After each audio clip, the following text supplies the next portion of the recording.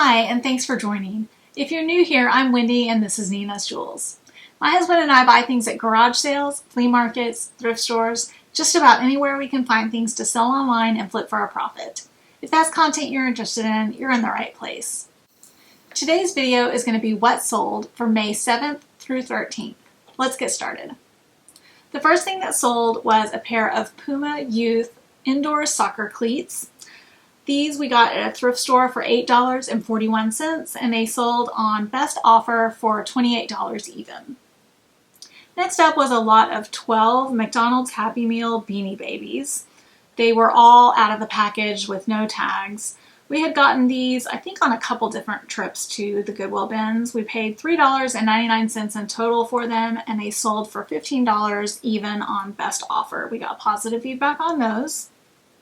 Next up was a Build-A-Bear Workshop 5-piece outfit. It had a raincoat, rain hat, boots, and a couple of accessories, I think. This we got at a garage sale where we got a bunch of Build-A-Bear items. We paid just $1 for this, and it sold for $22.48 on offer to buyer.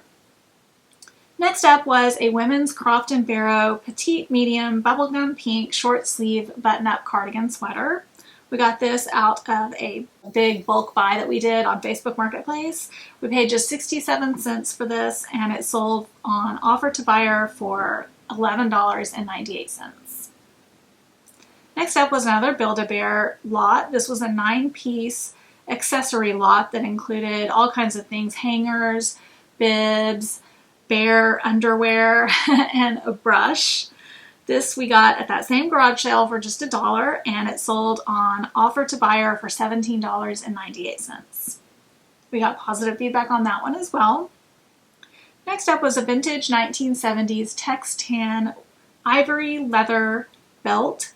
We got this at a garage sale for $5, and it sold on best offer for $39 even. Next up was a lot of 2 Christian history magazines. We got these out of a box of magazines that we picked up. They were mostly woodworking magazines, and that's why we were picking them up, for the woodworking magazines. And of course, none of the woodworking magazines have sold yet, and these sold first. These sold for $9.99. We said that we had paid $1 for these magazines. I think we paid like $5 for the whole box. Next up was 2 2020 McDonald's Happy Meal toys from Marvel Studios Heroes. This included Winter Soldier and Vision. They were both new in the package. We got these out of the Goodwill bins. We had paid $1.19 in total for them, and they sold for our full asking price of $11.99. We got positive feedback on that. Next up was a pair of Time and True women's rose gold faux snakeskin slip-on footbed sandals. These belong to my daughter. They sold for $14.38 on offer to buyer. Next up was another McDonald's Happy Meal toy that was new in the package. This was from the Super Mario Brothers movie, and the toy was Flashlight Luigi. It sold for $9.99, which was our full asking price.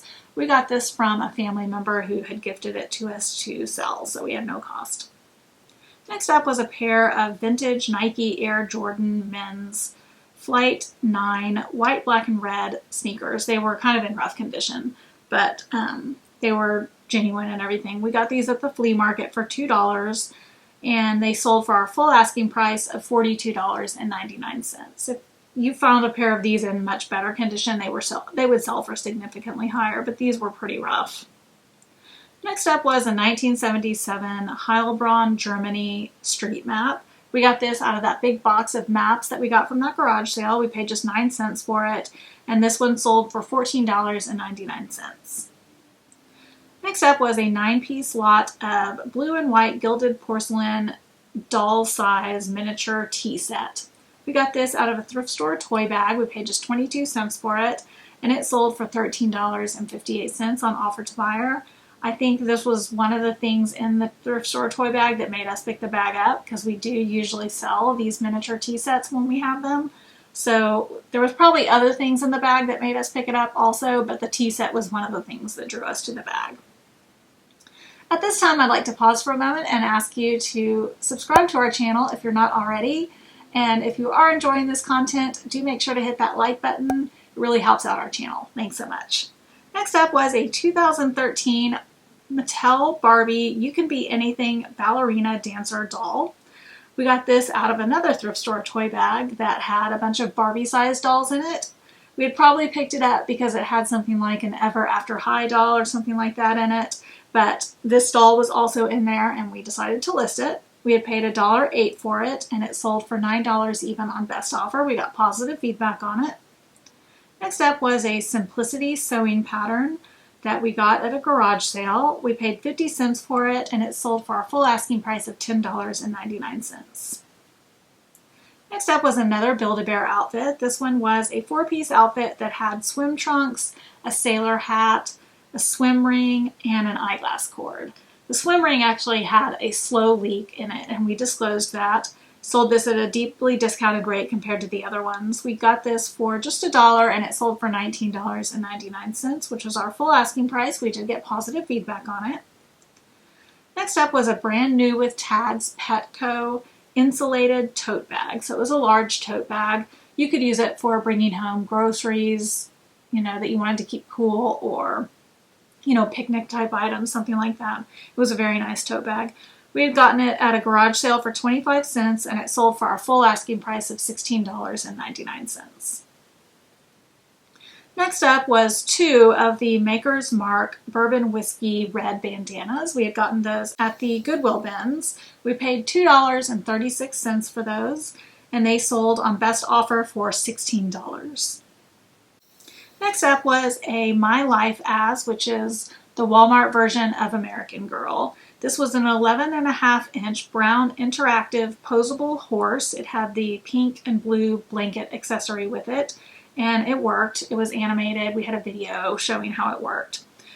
We got this out of a big bag of doll accessories that we got from someone on Facebook Marketplace. So we paid just 67 cents for it, and it sold for $25 even on best offer. We did get positive feedback on that. Next up was a periodical called Daphne's Diary. If you ever see this, pick these up. They sell really well. This was from 2021. We paid $3 for this at a garage sale and it sold quickly for $29.99. So this is something you want to be on the lookout for. They're very, very pretty. They don't have any ads or anything in them, and it looks like it's printed, but it looks like it's all like done in handwriting. It's just a very beautifully done periodical. You would probably be drawn to it anyway, so be on the lookout for those. Next up was a really, really good sale and something that at first we were disappointed about. We had picked up this big box of tracks and vehicles at a garage sale. I think we paid either $4 or $5 for the box. And I had originally picked up that box because it had Thomas the Train wooden tracks and trains inside of it. That's what I had picked it up specifically for, and of course none of those have sold yet. But it also had these tracks in it and some other vehicles and things like that in it. And this was a Mattel Hot Wheels 3-lane super speedway track piece. And we thought we had the whole track. We built it, but we realized we were missing just one tiny piece, this one little trestle that went with it. At first we were so disappointed because when I had comped this track, if you build it all together, sells by itself, all the pieces together, sells for like $150 or something like that. And I was like, oh man, we're missing that one piece. I guess, what are we going to do? And my husband said, well, let's just part it out. Well, I couldn't find any comps for someone selling it as parts, but we decided to do it anyway. I was just hoping for the best, and it's sold great. It sold quickly, and we still have 3 pieces left, but we've sold almost all of the rest of them. This is the first one that sold, and we have made way more money doing it this way than we would have if we had sold it all as one piece. This one was 2 pieces of the straight tracks, and these sold for $38.68 on offer to buyer, and we had broken down our cost of items from that box of tracks and vehicles at just 25 cents per item. So there was so much stuff in that box. So you can see that we had the potential to make lots and lots of profit on that. Next up was an 8-inch camouflage plush National Guard Holy Bear. It was new with tags. We got this in the Goodwill bins. We paid $1.18 for it, and it sold for our full asking price of $14.99. Next up was another item we got in the Goodwill bins, but this one took a really long time to sell. We had paid just 67 cents for it, and it sold for $7.48 on offer to buyer. This was a Kappa Disney The Lion King squishy soft bath book. So it was new in the package, and it was one of those vinyl books that you can use in the bathtub with a kid. That we had in our store for probably over a year before it sold, but we didn't pay much for it, so we still made profit, but not something I would pick up again. Next up was a 24-roll pack of point-of-sale receipt credit card machine thermal paper. It was new in the box. We got this from the other business that we own, and it sold for $32.99. And I'm going to take a moment to do something that I would normally not do on this channel, but I need to do it just from my own personal peace of mind. The other business that we own, we use a merchant services company, which is a credit card machine provider. It's like who does our credit card processing. And this paper that we got and sold was provided by our previous merchant services provider. And the name of that company is Accredited Interchange. And we recently discontinued using that company. And I wanted to warn people out there about Accredited Interchange because we had such a poor experience with them. We were with them for a lot of years and didn't have any issues. But primarily after COVID, we began to see that the customer service from that company was really declining. And anytime we needed something, they just were not answering their phones. We weren't getting any response back from them through any means of communication with them. And so ultimately we decided to change companies. And I did change companies. We're with a different company now who we're very happy with, but I needed to cancel my account with Accredited Interchange. And I just couldn't cancel my account. They refused to cancel my account is what it boils down to. And when I say they refused to cancel my account, they would state that they were going to cancel my account, but they just wouldn't. And the other problem is that they don't have anyone that answers the phone, and they don't respond to emails. So even when I did get them to actually state that they would cancel the account, this would be after I had attempted to contact them hundreds of times by email and by phone. And so it was extremely frustrating. They would say that they were going to process my letter of cancellation or whatever it was that they called it, the cancellation packet, I think is what they referred to it as, and then it would never be sent to me. I would reach out back to them dozens of times, never hear back, and they were continuing to charge me. And I was getting bills in the mail from them saying that my account was overdue because at this point I had to go to all the trouble to reach out to my bank and stop payment on them being able to withdraw money from my account. And it got so bad that I had to ultimately enlist the help of an attorney to get them to cancel my account. And it was finally with the call of an attorney that they agreed to cancel my account. And had it not been for the help of an attorney, I do not think that they would have canceled my account at this point. I think they would have just continued to keep charging me, keep sending me bills, and continuing to just refuse to cancel my account all of this time. And so I'm just wanting to warn people about this company. I think that what they're doing is dishonest, and I just don't want anybody else to get caught up in that, unfortunately. So we're going to move on from that because that's not really what this channel is about. I just wanted to say that. I just don't want anybody else to get messed up with that. Next up was a 5-inch white chalkware angel cherub ribbons and roses soap dish or trinket tray. We got this out of a storage unit that we got for $75, and we had broken down our cost per item at just 28 cents. And this one sold, surprisingly, for our full asking price of $24.99. So that was good. Next up was something we found in the Goodwill bins. It was a brand new with tags bra. It was a brand I'm not really familiar with, but the size of the bra was kind of a unique size. So It did sit in our store for a little while, but then somebody was probably coming along looking for this size and it sold. This one was a panache super bra. The size was 34G, which is a very specific size, I would guess. And this was a black satin and lace Emily balconette bra. It was new with tags. We got this out of the bins and we paid 71 cents for it. It sold for $31.18. Next up was another item from that Tracks and Vehicles box that we got. And it was not a Thomas item. Of course, the Thomas items are probably going to sell last. It's always like you pick out the box for one thing and then something else completely different sells out of the box. That happens to me all the time. This was a lot of 3 replacement pieces for a Lincoln Logs train set. These sold for $17.98. And like I said, we had paid just 25 cents for each of the listings out of that box. Next up, I'm going to go over all of the collectible cards from my husband's personal collection. I usually separate these into 2 categories, high value and low value. High value means cards valued at $10 or over, and low value is cards valued at $10 or under. So first we'll go over high value. The first one we sold was a Magic the Gathering Unlimited card. It was called Nightmare. It sold for $274.69. And that was on auction. We got positive feedback on that. Next up was a Magic the Gathering Unlimited card. This one was called Natural Selection. It sold for $61 on auction. And last was a Magic the Gathering Beta card. And this one was called Counterspell.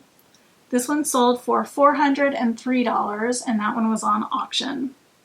Unfortunately, that Counterspell card did have to go through the Authenticity Guarantee program and did not pass the Authenticity Guarantee program, which was incredibly shocking to us because this card has been owned by my husband since the 90s. So I did reach out to eBay immediately when it did not pass, and they stated that it wasn't authentic. They were not stating that it wasn't authentic because obviously we know that it is an authentic card. They stated that the condition, they did not feel like that we had disclosed some wear on the card of the back of the card as well as we should have. And the card itself had some edge wear, which we disclosed, and some surface wear on the back of the card that we also disclosed. We had pictures of the cards at all angles, and in the condition details we stated that it had this edge wear and the surface wear on the back. So I felt like we were extremely thorough. We had literally every angle of the card that you could possibly see.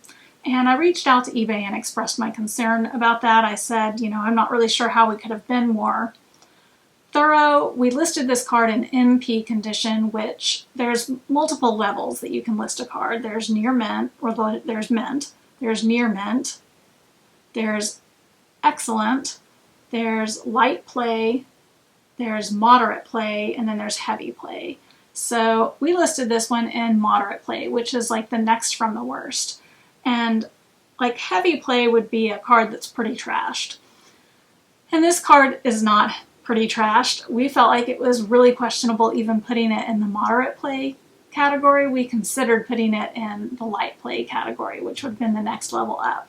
But we wanted to be more cautious and not have any questions about it. But they did not agree with us. They thought that we needed to be more thorough about the surface wear on the back. And so we expressed our concerns to eBay and said, I don't think that's true.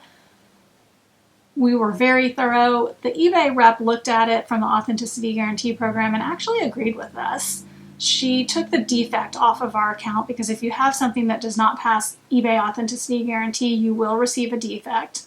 She took that defect off of our account and she actually sent a feedback note to the authenticator stating that we felt a mistake was made. So that note was received by the authenticator who authenticated our card. And we got the card back. I asked if we could relist it. It was stated that we could. She recommended that we include a video and that we include both the condition information in the condition details and in the item description. So that's what we did. We actually sold this card to the same buyer that purchased it last time. We just offered it to him directly to buy at a few dollars less than he had purchased it from before, because we felt like it was so unfair that he had gotten ripped off, we had gotten ripped off, and we just wanted to make it right with him. And honestly, I had no doubts that it would pass authenticity the second time. I just felt like it was a weird fluke that it didn't go through the first time. And he agreed to purchase it from us immediately. He really, really wanted this card. So we did that. He purchased it immediately. It went back to the same authentication address.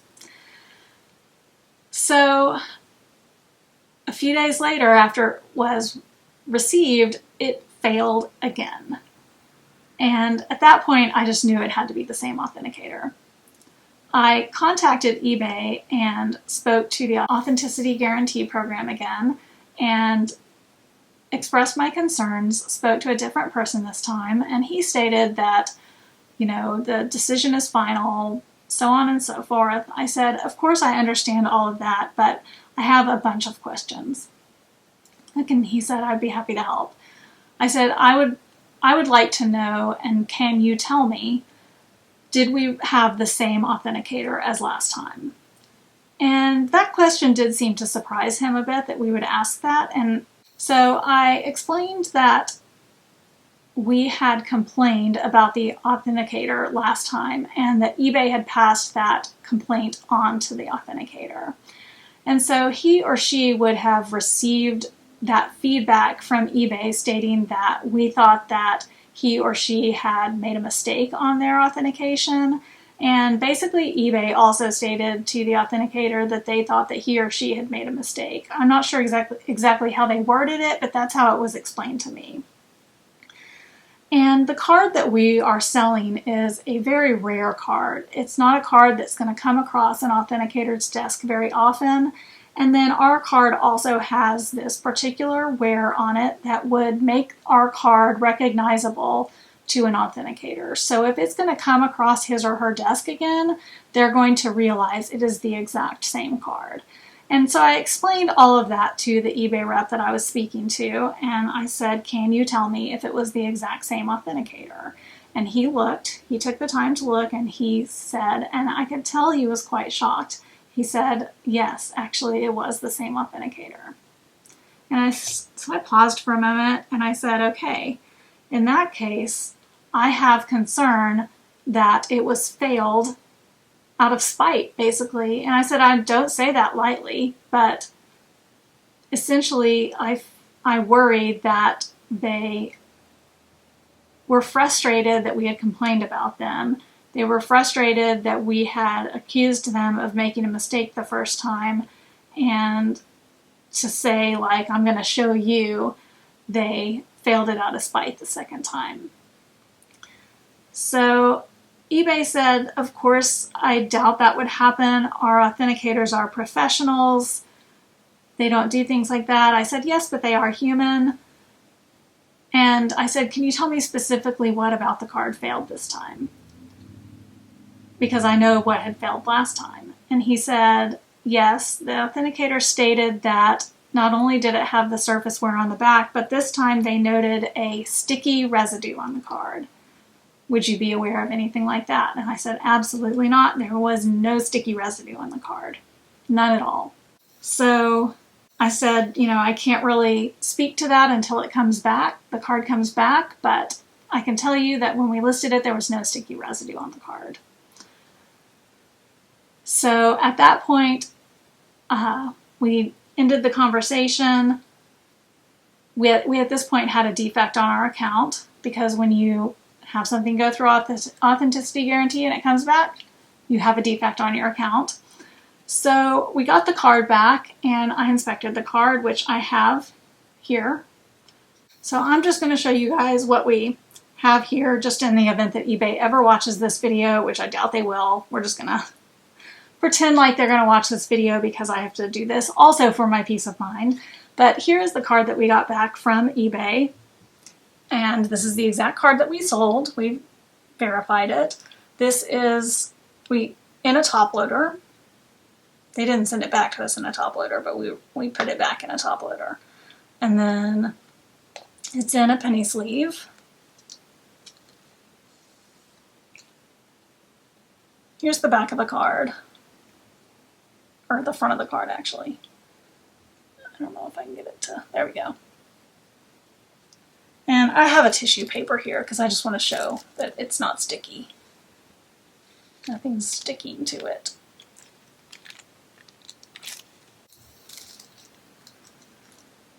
I mean, nothing is sticking to it, you can see.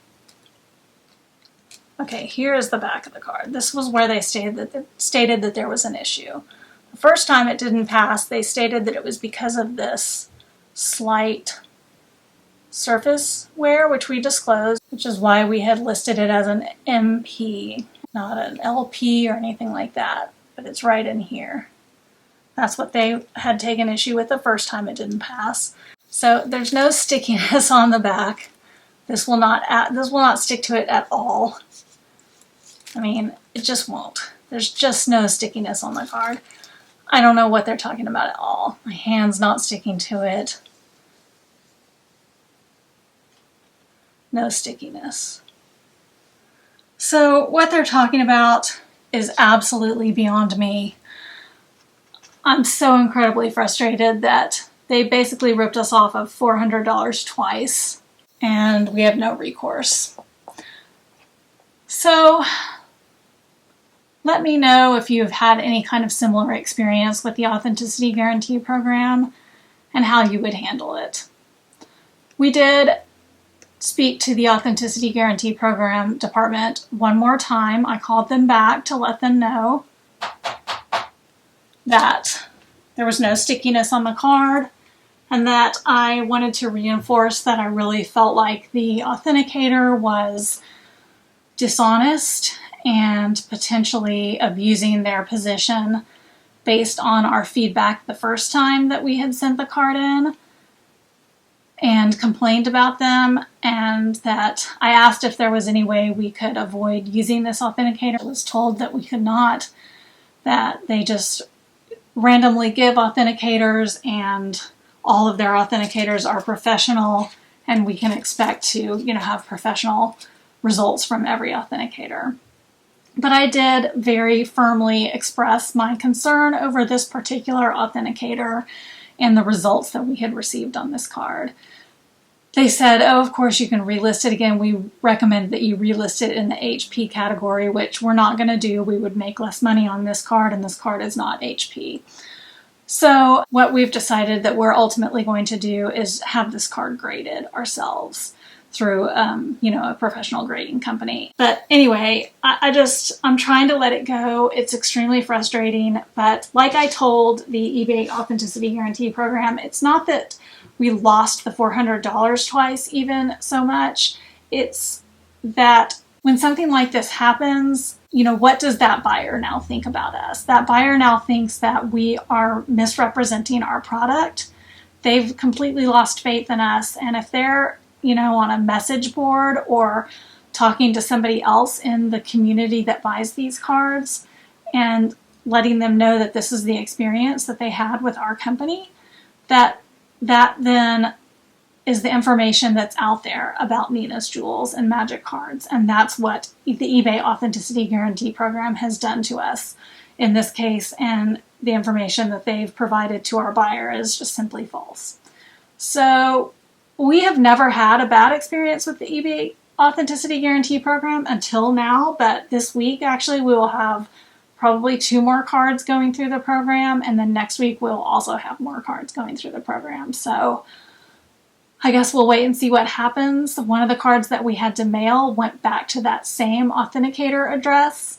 So I'm very curious to see how that's going to turn out, and I will certainly follow up with you guys on that. All right, next up I will go over the low value cards that sold for my husband's personal collection. This week we sold just one low value card valued at $2.29. So that brings us to our totals for the week. This week we sold 30 sales in total for an average sale price of $29.62. And our sales totaled $885.48 for a net profit of $551.91. So still a really good week for us, despite the issues that we had with the Authenticity Guarantee program. Would have been a lot higher if we had had that $400 sale, but we'll still take it. Let us know in the comments below if you enjoyed this video by putting a magic emoji of some kind down below. And if you're not already subscribed, consider hitting that subscribe button with the notification bell turned on. Really helps out our channel. Make sure to hit that like button. And if you have any comments on the Authenticity Guarantee program, we would love to hear those below as well. All right, well, thanks so much for joining, and we will catch you guys on the flip side.